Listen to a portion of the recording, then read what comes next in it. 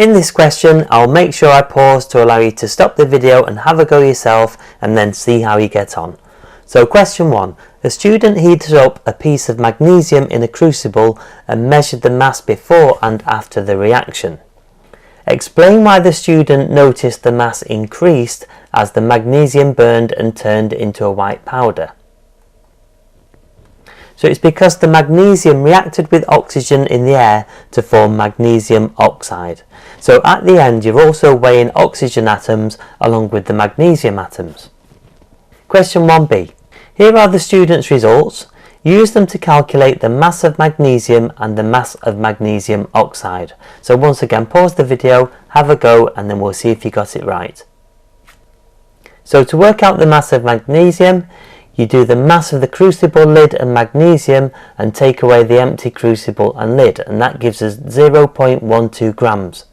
We do the same thing for magnesium oxide, and that gives us 0.15 grams. Use the conservation of mass to work out the mass of oxygen that reacted with the magnesium. So here we need to remember the mass of the reactants on the left is equal to the mass of products on the right. So a good tip here is to write down what we know underneath the equation.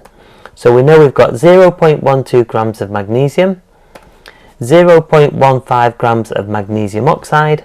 So to work out the missing number, we do 0.15 take away 0.12, and that gives us a mass of oxygen of 0.03.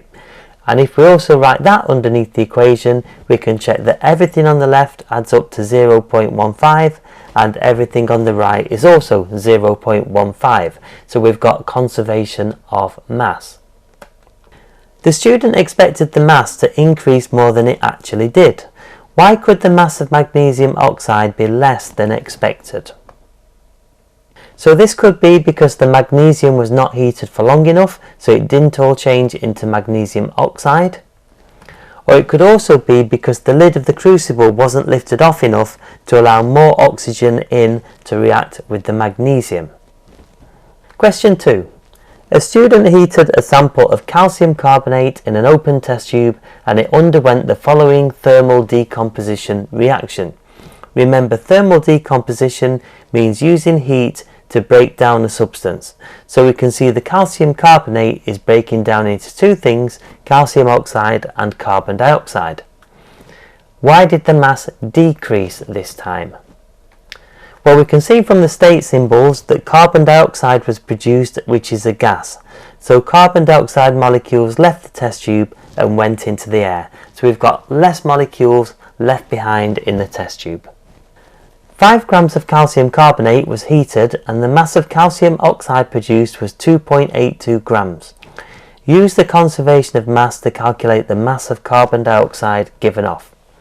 So again, we need to write the information we know underneath the equation, and this time to work out the mass of carbon dioxide we do 5 take away 2.82, and that gives us 2.18 grams.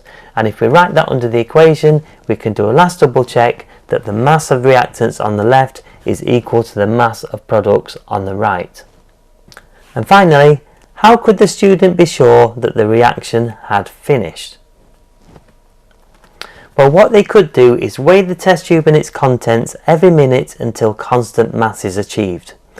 When the carbonate is started to be heated up, it starts losing mass, and that will carry on until the reaction is finished. So if we keep checking the mass until it doesn't go down anymore, then we know the reaction is finished.